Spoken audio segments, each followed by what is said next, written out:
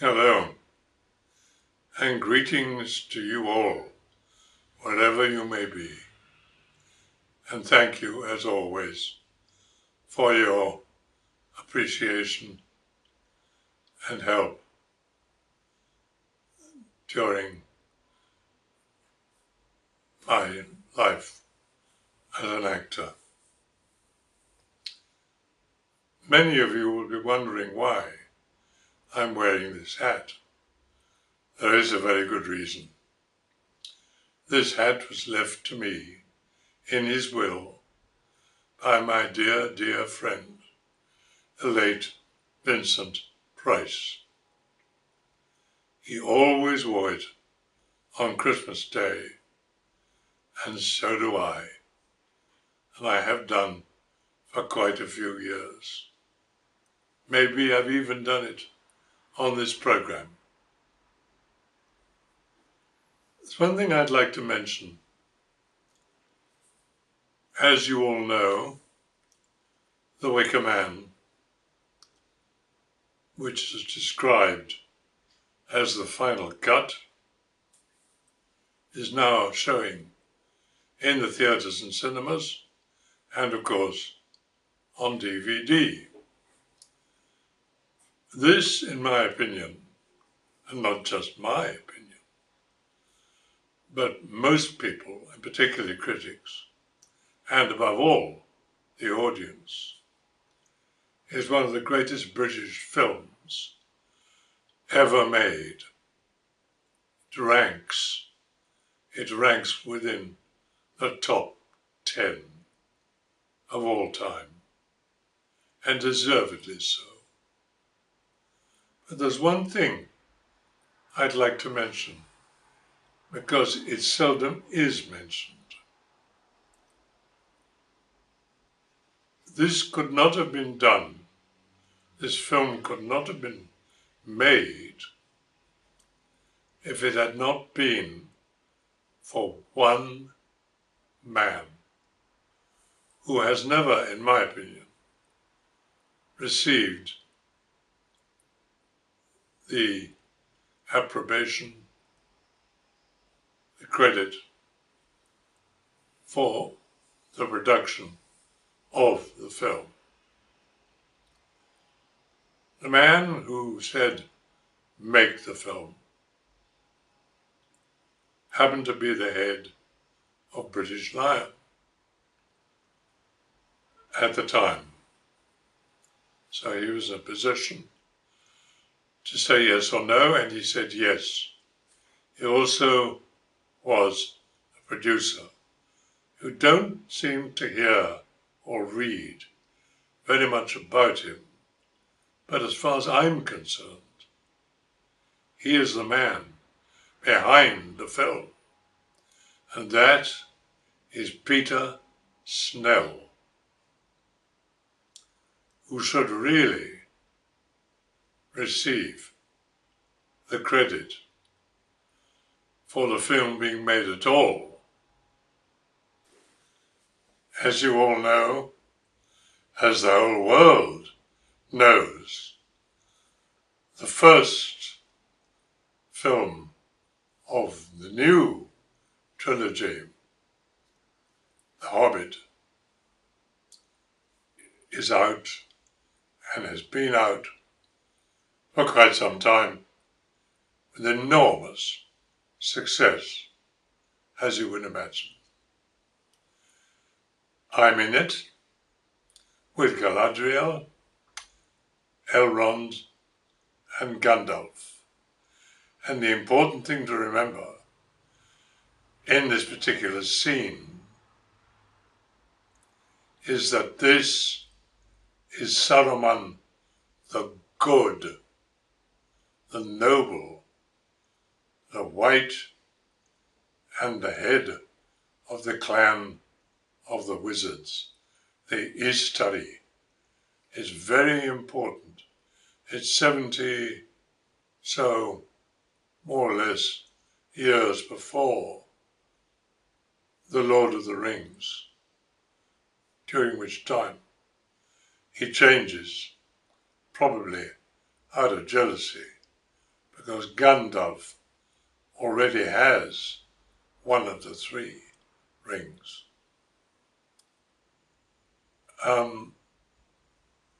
So it's extremely important for the audience to realize, and for me to get it over in what I did, that this is Saruman, the good and the wise. And everything he says and everything he does is for the right reasons.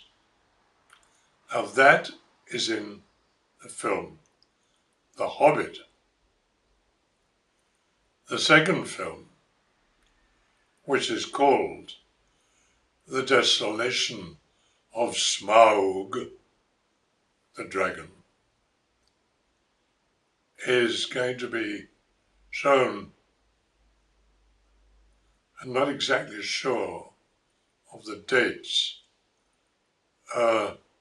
Sometime around 12th, 13th December, and there's a big premiere in Los Angeles and a big premiere in Berlin. I will not be going to either of the premieres for a very good reason. I'm not in the film at all. Not at all. I'm going to, please God, see it privately with Peter Jackson on the 11th. I'm sure it'll be brilliant. But it's nothing to do with me. The third and final film, which takes its title from the book that Bilbo originally wrote, is called There and Back Again. And in that film, which will come out December next year, and I hope I'm around to see that, there's a lot of me in it. A lot. Tremendous amount of fighting, swordplay, understanding, sympathy, kindness towards Galadriel, towards Gandalf. I'm not saying any more, because that would give the story away. But it's the third film in which I have the most to do. And I've done it. I just hope I'll see it. I know you will. You'll see this one comes out in December. As I said, you won't see me. And I would think almost all of you will see a third one in December 14. So I don't have to wish that it will be a success. I know these three films together, like The Lord of the Rings, The Fellowship of the Rings, of the Ring, the trilogy, which is now some years old, was a colossal hit all over the world, some billions of dollars. I'm quite certain that this trilogy, which is 70, 80 years earlier, and changes a lot of the characters, mine particularly, will be just as successful and a huge hit all over the world. Because, as I said many years ago, when I'd started to work in the first film. We were visited by the Warner Brothers executives, or maybe it was their plane. It was the New Line executives, and it was Bob Shea, the boss of New Line, who gave it the go-ahead. All credit to him. And I was having lunch, had a break. He came in, he sat down opposite me. He said, "I'm Bob Shea. I'm the head of New Line. We're making this film." Well, all of them. Now, you've made a lot of movies. You've worked with some great directors, some fine actors and actresses.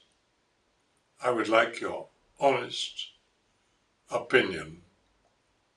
I don't want you to say the right thing because it will please me, Bob Shea.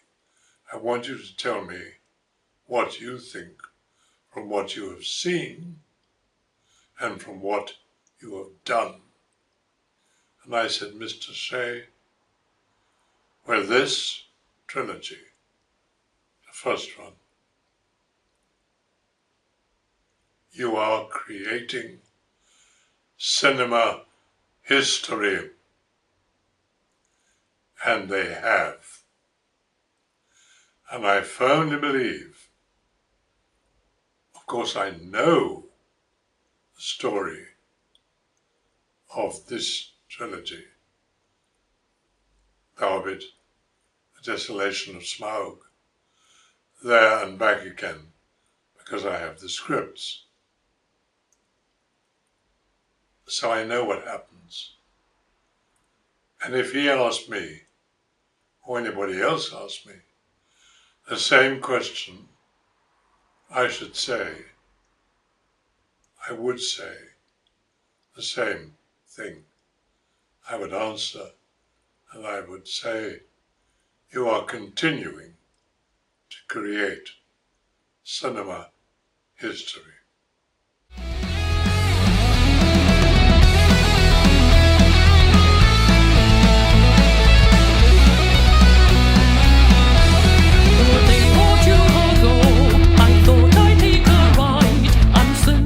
I sing another version. It's a bit more naughty. It's not bad. I mean bad in the sense of unpleasant. It's entertaining. It's certainly different. Crashing as we go, and the hearse that knows the way to hell is painful and slow. Crying all the day, the spirits awaken soon. Mournful is my plight, darkness is a moon. Death embrace the night. Jingle. And now in closing, of course, I wish you all a very happy Christmas, and for the sake of the world and those people in it, a safe new year in 2014. Without extension, I fly.